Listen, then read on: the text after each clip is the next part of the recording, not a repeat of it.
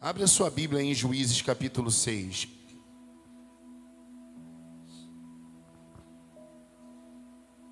Juízes capítulo 6. Depois de Josué. Gênesis, Êxodo, Levítico, Número, Deuteronômio, Josué, Juízes, Ruth.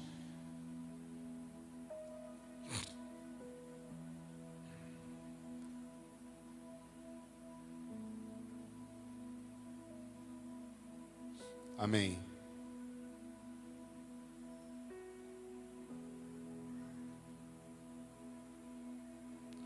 Glória a Deus. Juízes capítulo 6, versículo 1. Diz assim. Pode ler aí na tua Bíblia ou no teu celular. Normalmente está aqui, né? Mas hoje não está, não tem problema. Na tela ali, né? Diz assim: de novo, os israelitas fizeram o que o Senhor reprova, e durante 7 anos ele os entregou nas mãos dos midianitas.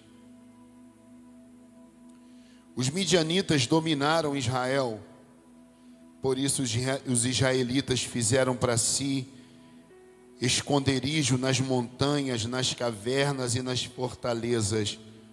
Diga assim: fizeram para si esconderijos. Amém. Aí o versículo 3 diz assim: sempre que os israelitas faziam as suas plantações, os midianitas, os amalequitas e outros povos da região a leste deles as invadiam, acampavam na terra e destruíam as plantações ao longo de todo o caminho, até Gaza. E não deixavam nada vivo em Israel, nem ovelhas, nem gado, nem jumentos. Eles subiam trazendo os seus animais e suas tendas, e vinham como enxames de gafanhotos. Eram muitos inimigos, né? Era impossível contar os homens e os seus camelos. Invadiam a terra para devastá-la, a terra de Israel. Por causa de Midian, dos midianitas, né? Israel empobreceu tanto. Diga comigo assim: empobreceu. Amém. Tanto que os israelitas clamaram por socorro ao Senhor. Quando os israelitas clamaram ao Senhor por causa de Midian, Ele lhes enviou um profeta que disse: assim diz o Senhor, o Deus de Israel. Vamos parar aqui, porque eu quero, depois nós vamos para o 11 e eu vou ler alguns versículos. Olha para mim aqui.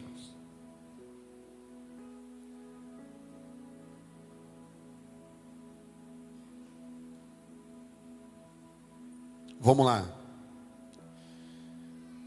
O verso 1 está dizendo que mais uma vez os israelitas fizeram o que não agradava ao Senhor. E por isso o Senhor colocou os midianitas ali diante deles.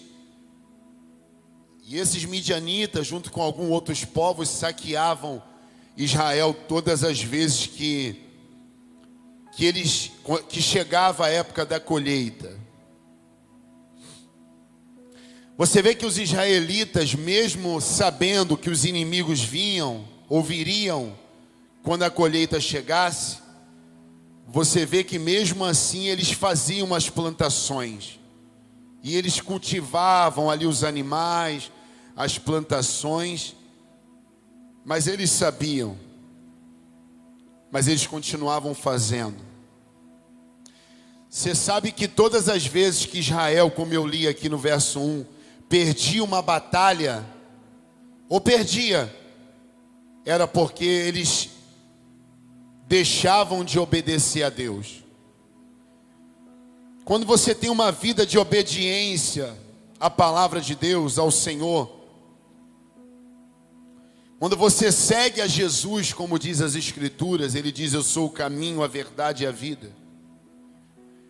Ele diz: quem vem a mim, né, Quem vem a mim, quer dizer, se você for até Jesus, Ele não vai te lançar fora, né?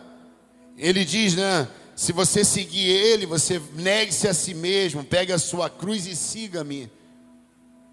Então seguir Jesus não é uma coisa fácil. Seguir Jesus é a palavra, como diz lá em João, né? Diz que Ele é o verbo, e o verbo se fez carne. Ele é a própria Bíblia, a própria palavra. Ele é Deus encarnado, a palavra encarnada, Jesus.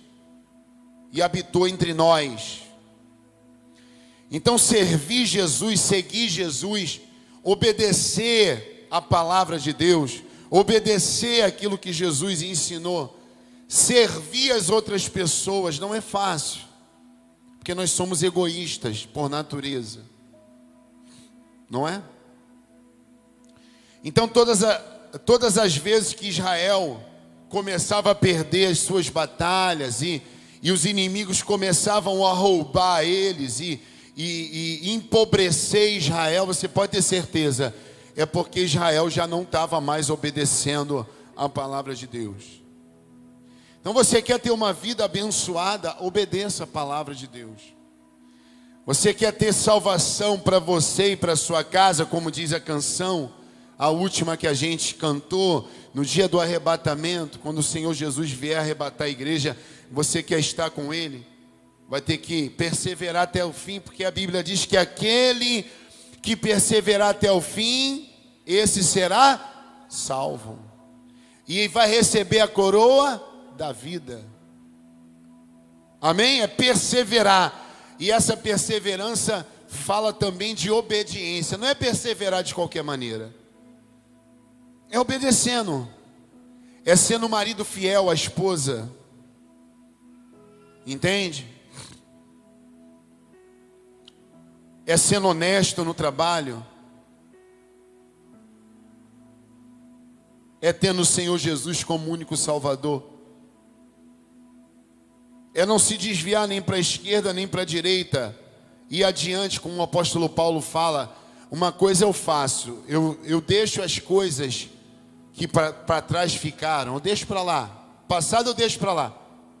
E sigo adiante. Aí ele diz mais, e sigo para o alvo. Aí ele diz mais, que é Cristo.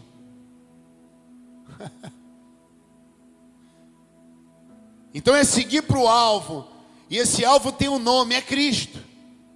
É deixar as coisas velhas para trás. É recomeçar a vida. E recomeçar com Deus. Não se sujar com essa sujeira desse mundo. Com a pornografia, né, com as coisas erradas, né?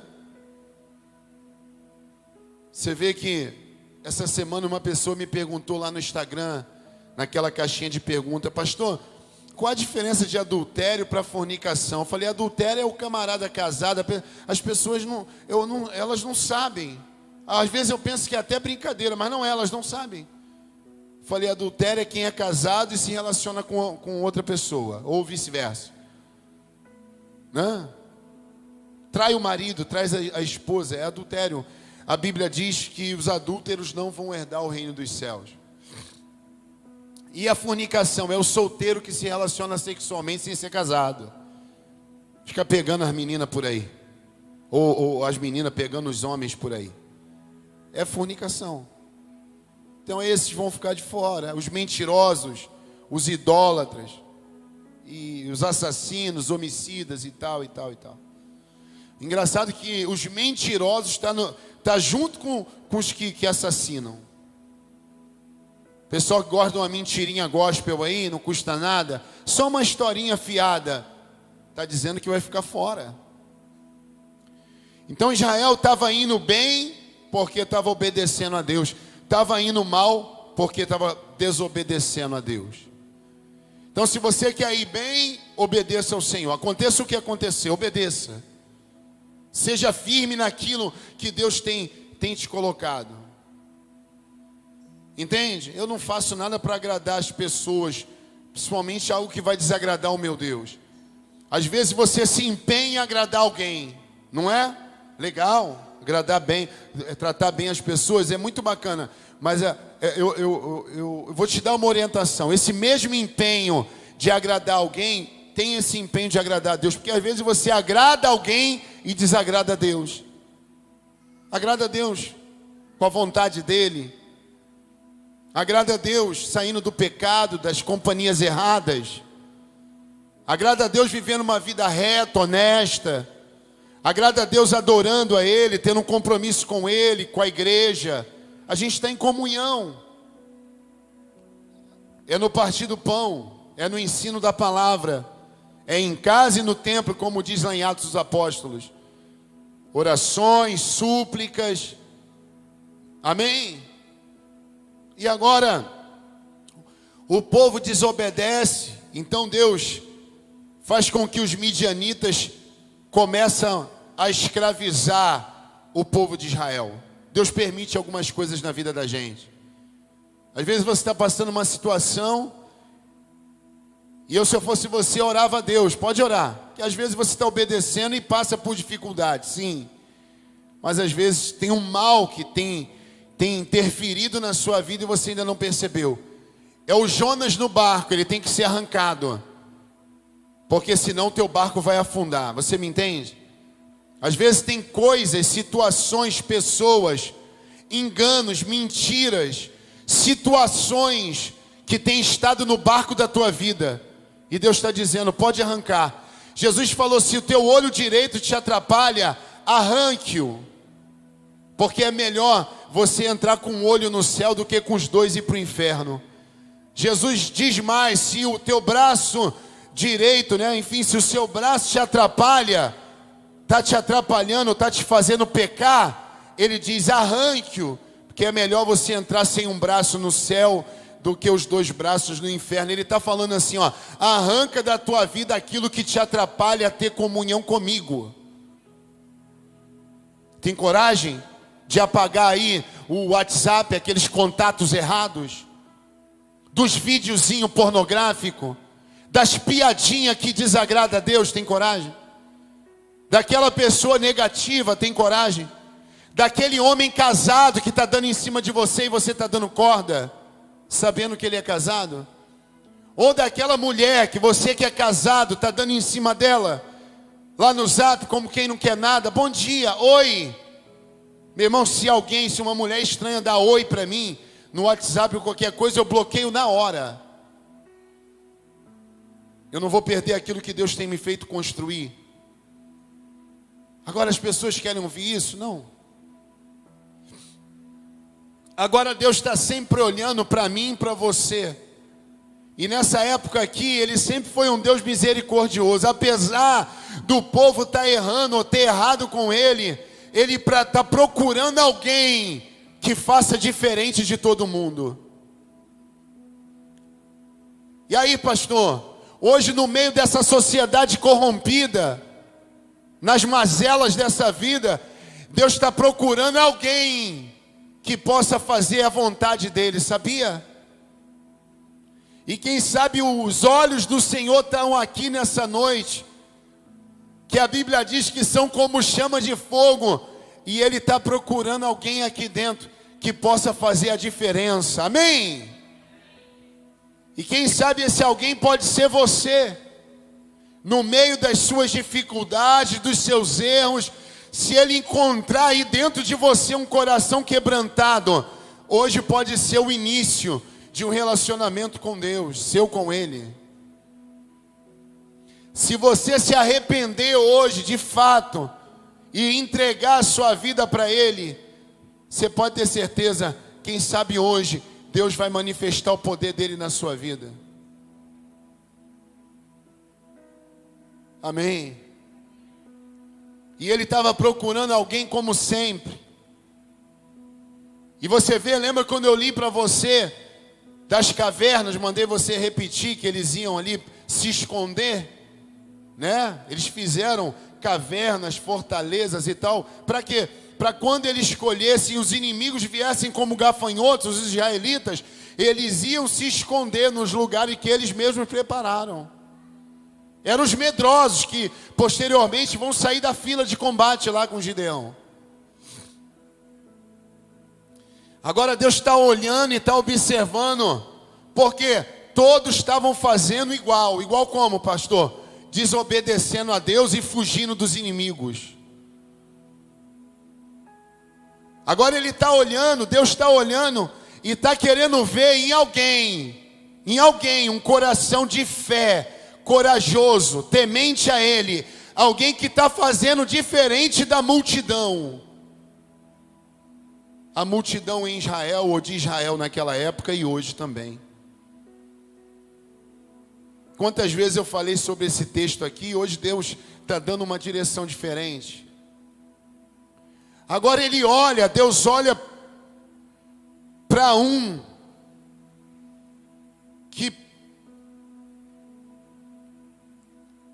que decidiu não ser roubado mais pelo diabo. Um que decidiu não viver mais a vida de fugitivo e de perdas que estava vivendo. Isso é bacana, é forte.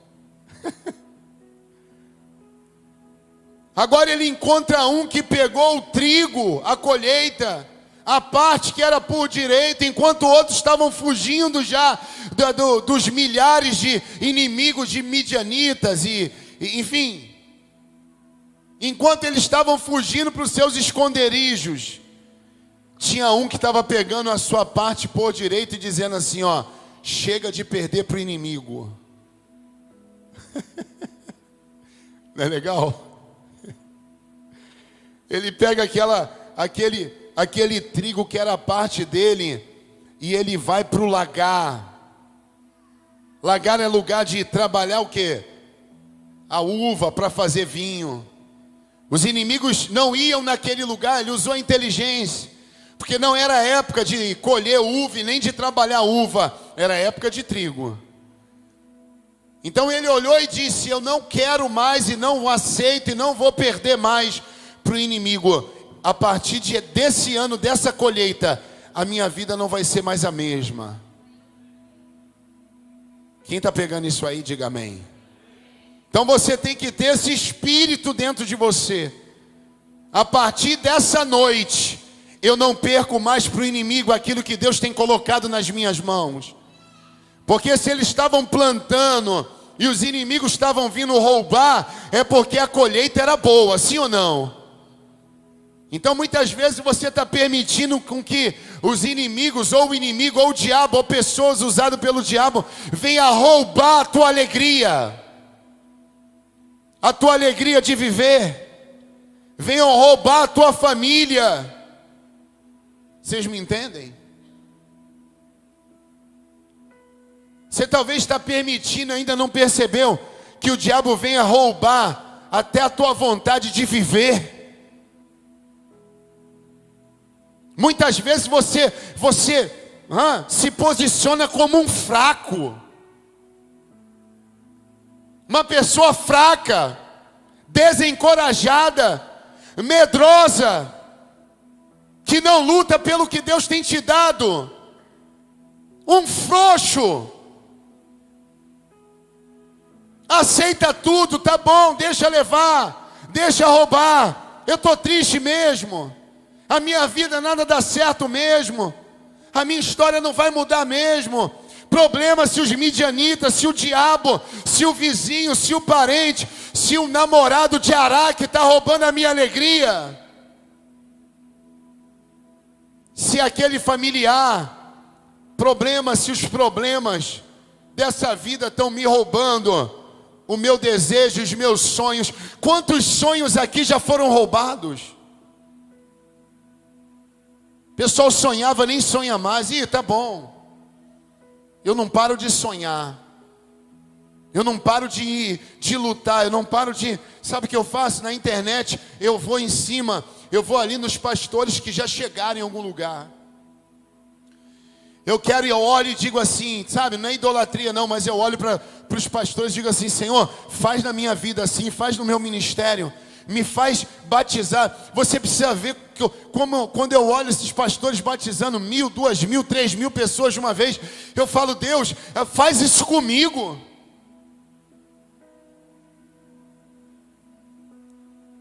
Entende? Eu vou olhar aquele que chegou, aquele que está chegando. Eu quero me inspirar. Eu quero buscar. Deixa eu ver onde eu estou errando, onde eu preciso acertar. Deus, me dá uma direção. Entende? Madrugada retrasada, eu levantei de madrugada. Deus falou comigo assim: o tempo que tu fica aí acordado aí olhando para as paredes, ora. Às vezes Deus te chama de madrugada, ou um problema te aflige. Em vez de você, vai orar, bota o joelho no chão, acende a luz. Porque se for de luz apagada, você vai ficar arrepiado. O pessoal está rindo aí. Parece que vem uma sombra. Vem um barulho do gato do vizinho. Você, meu Jesus, está amarrado, é o inimigo.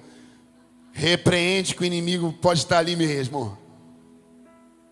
Que ele está chateado que você está buscando a Deus. Mas pode ser o barulho do gato no telhado, do vizinho. Então acende a luz, mas ora. Puder, acende da casa toda, não tem problema não, acorda todo mundo. E eu orei, busquei a Deus ali, que maravilha. Teve uma hora que eu fiquei todo arrepiado, Satanás. Olhei para a janela assim, está repreendido. É sério. Mas eu continuei a oração, repreendi. Quando eu terminei a oração, eu levantei, orei pela igreja, orei por vocês, orei pela minha casa e tal, pelo meu trabalho. Aí eu levantei e fui na janela. Ah, tu foi embora, né? Tá pensando o quê? Escuta.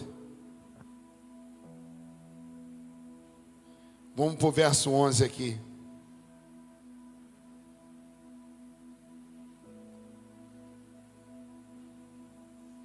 Então o anjo do Senhor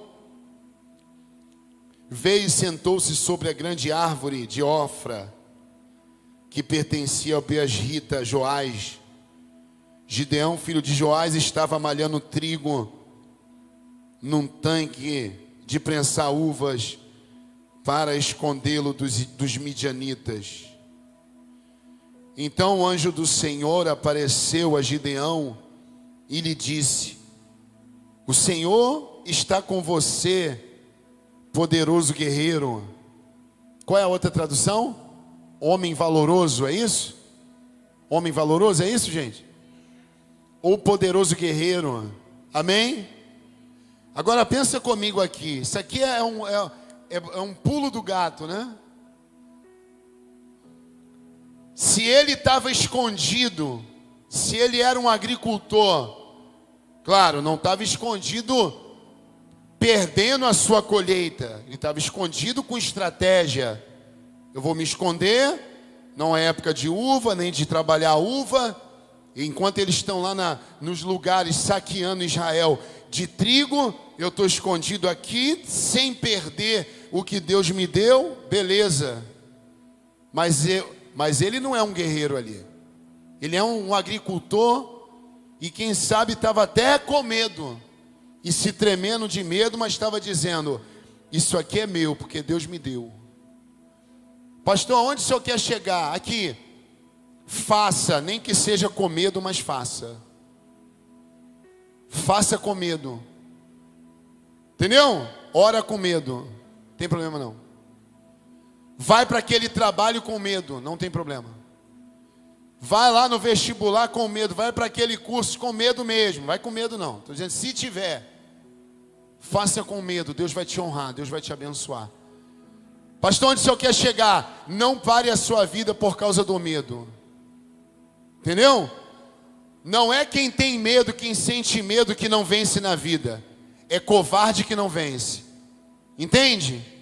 Não seja covarde, mas pode ter medo.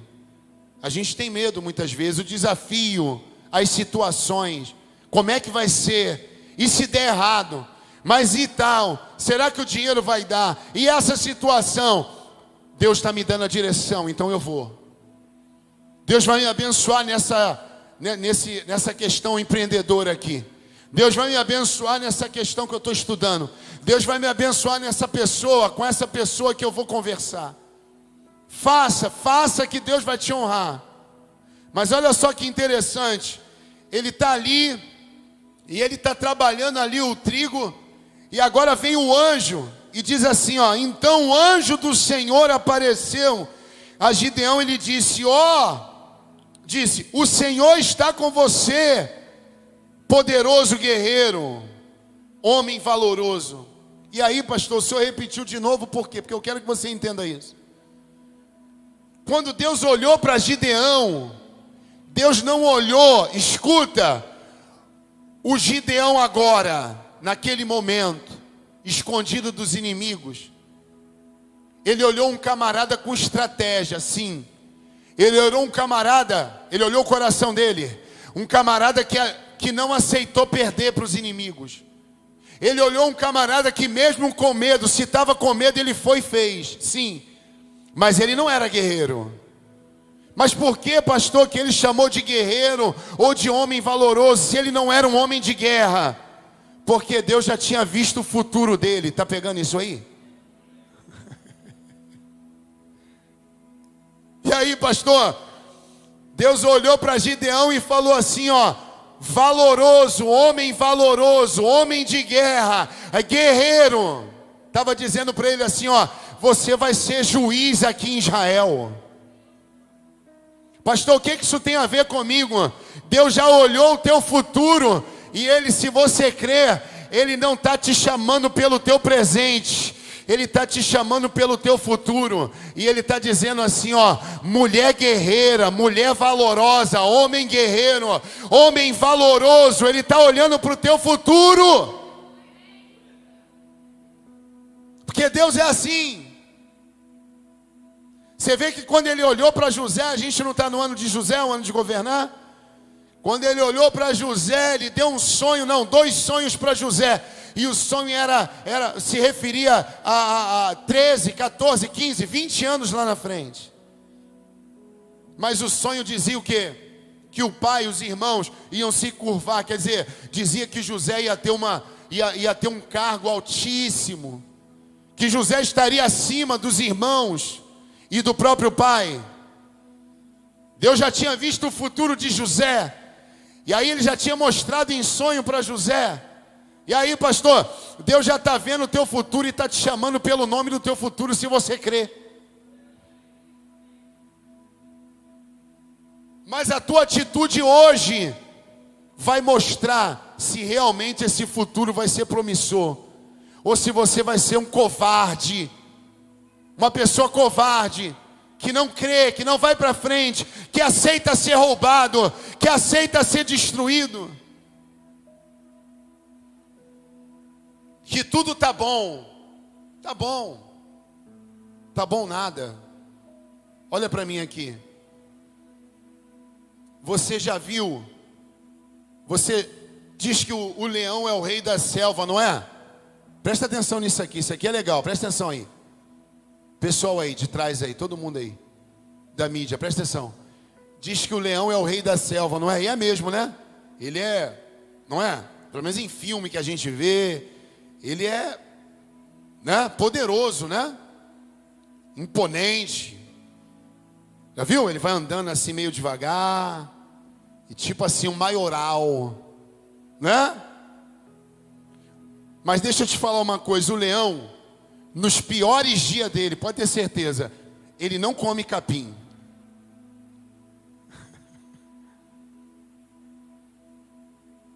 E aí, pastor, o que isso tem a ver comigo?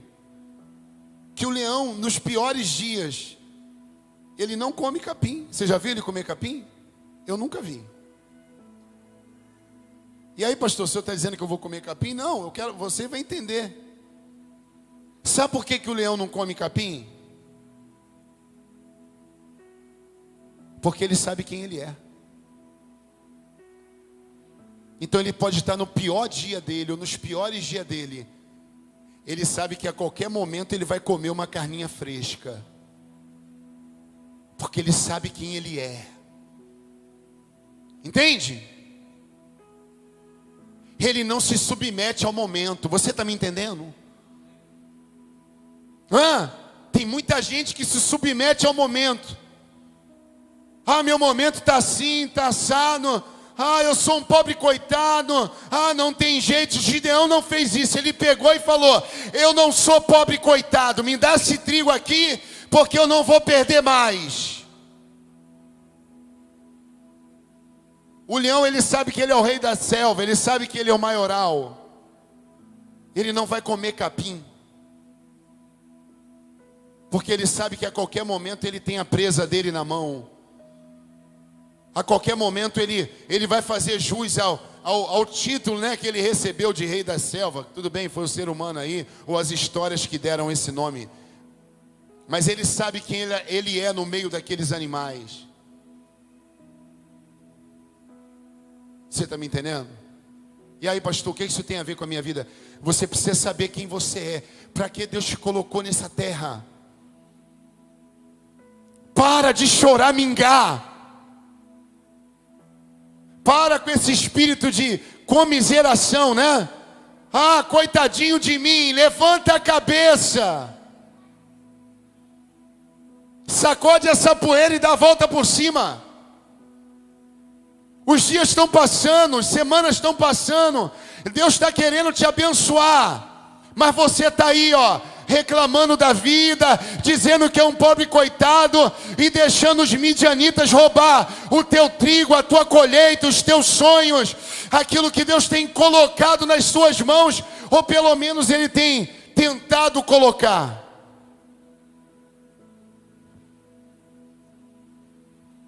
E aí, pastor, Deus tem um projeto para mim e para você. Diferente. A gente pode até caminhar junto. Mas inclusive dentro da igreja, diferente. Mas tanto faz eu ou você. Se a gente entender e se a gente se colocar diante do Senhor, você pode ter certeza.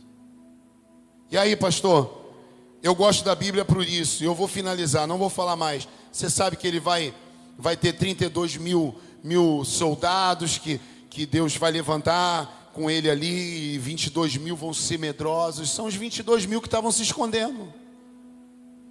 Vocês estão me entendendo? Ele vai aceitar o desafio, vai pedir a Deus ali, vai oferecer uma oferta a Deus.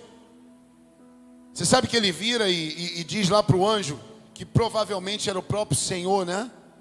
Quem sabe Jesus, os teólogos dizem que é um tipo de teofania, alguma coisa do tipo. Quando eu fiz seminário eu aprendi isso. E ele fala assim: espera aqui, que eu vou buscar as coisinhas lá e eu quero te dar uma oferta, eu quero preparar alguma coisa. E o anjo disse: eu vou te esperar, vai lá. O camarada já sabia quem ele era, essa é a verdade. Ele sabia o que ele deveria fazer. Aí você sabe que vem 32 mil. Ah, vamos lá então. 32 mil soldados para lutar com mais de 100 mil midianitas. Já era menos. Mas aí você sabe da história. Deus vira para ele e fala assim: ó, fala para os medrosos e covardes saírem. Assim mesmo, está escrito. E Gideão vira e fala: olha, o Senhor, Deus, está dizendo para os medrosos, os covardes, sair da fila aí, não vai para a guerra não. Ele não sabia quantos, 22 mil saíram da fila. Só sobrou 10 mil dos 32 mil. 22 mil assumiram, a gente faz parte dos que estavam se escondendo nas cavernas. 22 mil estava dizendo: a gente é frouxo mesmo, a gente é sem coragem mesmo. A gente aceita tudo quanto é desgraça dessa vida mesmo. A gente não vai para essa guerra não, tá doido? Vou arriscar minha vida? Deixa a gente aqui escondido. Não vou não, eu sou medroso e sou covarde. Sobram 10 mil. E aí você sabe que dos 10 mil vai sobrar só 300 e ele enfrenta os inimigos com 300. E ele vence. Mas eu quero finalizar no versículo 13, que diz assim: Ah, Senhor, Gideão, quando diz que ele é um poderoso guerreiro, um homem valoroso, verso 13. Aí Gideão vai dar aquela desculpa clássica que nós damos também. Ah, Senhor, Gideão respondeu, por isso que eu disse que eu gosto da Bíblia, mostra tudo. Se o Senhor está conosco, por que aconteceu tudo isso? Ele estava indignado. Onde estão todas as suas maravilhas que os nossos pais nos contaram quando diziam: não foi o Senhor que nos tirou do Egito? Você vê que ele não estava, o Gideão aqui, ele não estava, como é que se diz? Conformado, não. Ele estava inconformado. Onde estão todas as suas maravilhas que os nossos pais nos contam quando dizem: não foi o Senhor que nos tirou do Egito? Mas agora o Senhor nos abandonou e nos entregou nas mãos dos midianitas. O Senhor se voltou para ele e gostou, né? Gostou, Deus gostou. E disse novamente: com a força que você tem. Eu estou falando só com os que têm força aí, diga amém. Com a força que você tem, vá libertar Israel das mãos dos midianitas. Não sou eu quem o está enviando? Deus está dizendo: tá bom, eu sou esse Deus que você está falando aí, que seus pais te contaram, que abriu o mar e tal. Então, não sou eu que estou te enviando? Se eu dei vitória lá, você está indignado? Então use essa indignação e vai mudar a tua vida e a vida de Israel. Você vai ser juiz e você vai vencer essa guerra. Deus está dizendo para mim e para você que você vai vencer. Quem crê nisso aí? Deus está dizendo: não sou eu quem está enviando? Aí ele vai com a desculpa, né? Aí sim. Ah, Senhor, respondeu Gideão, como posso libertar Israel? O meu clã é o menos importante de Manassés, a família. E eu sou o menor da minha família. Eu estarei com você, respondeu o Senhor. Isso é pra gente, amém? Pega aí, pega aí, pega aí. Quando você der desculpa, você vai lembrar desse versículo. Quando você disser, olha para mim aqui, para eu finalizar agora. Quando você disser assim: ah, Senhor, mas eu sou o menor da minha casa, mas eu sou incapaz, mas para mim deu tudo errado. Até hoje eu não consegui, e provavelmente eu não vou conseguir. Senhor, não sei nem falar, eu nem estudei. Quem sou eu? Mas eu sou o mais fraco, eu não levo nem jeito para isso. Senhor, não dá para mim.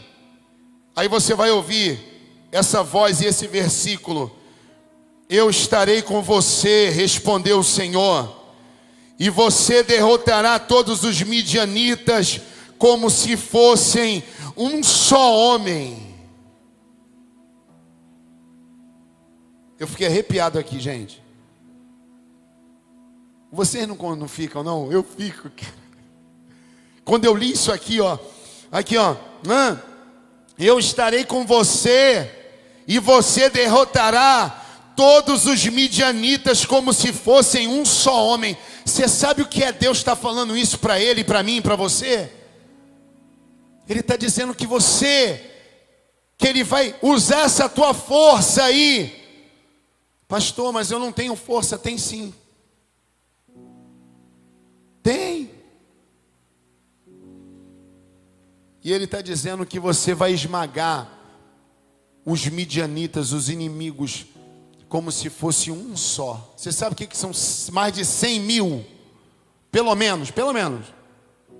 E Deus fala: como se fosse um só.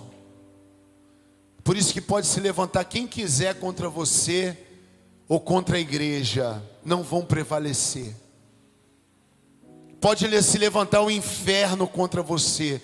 Se você não parar, se você não desistir, se você continuar, se você avançar, presta bem atenção, Deus vai te dar vitória. Ninguém pode parar uma pessoa decidida, uma pessoa que sabe o que quer. Não abra mão do teu tempo com Deus, não abra mão das suas orações com Deus, não abra mão dos teus momentos no G6 ou aqui na igreja. Não abra mão daquilo que Deus tem te ensinado aqui.